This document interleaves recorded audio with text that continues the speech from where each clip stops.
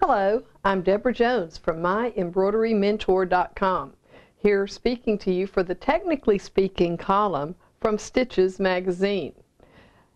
This month's topic is metallic thread embroidery, and I want to explain to you some of the things that make metallic thread a little bit challenging to work with. One thing is that it is a wrapped thread. There is a foil covering over a polyester or nylon core, and sometimes if we use the wrong needle type, that wrapping can become stripped away and we see only the white inner core on our embroidery, even though the thread has not broken. That's why it's important to use a metallic needle with a special large eye. And the large eye is not the only feature. It's also specially shaped to help accommodate and reduce the friction on delicate metallic embroidery thread. So be sure you use a metallic needle that is sometimes designated as a DBX7 for your embroidery on commercial embroidery machines.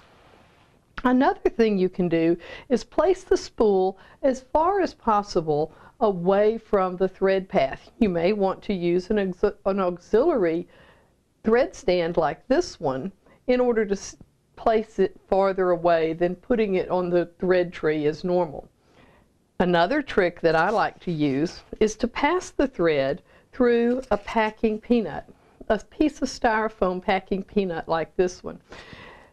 Previously we heard to put a styrofoam cup over the cone of thread, but that quickly becomes rounded out and it no longer provides any straightening on the thread, which is what the packing peanut does. Because the reason that we get an excess amount of thread breakage on metallic thread is the kinks that are in it as it unwinds from the cone. That's another reason it's a good idea to buy the largest cone that your budget will afford, because that lets the thread come off in a larger diameter.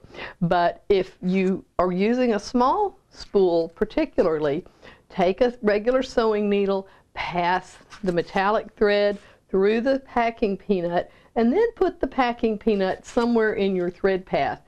You know, you can just poke it on top of one of the thread trees because it will stay there quite easily, and you will see a marked improvement in your stitching results using metallic threads.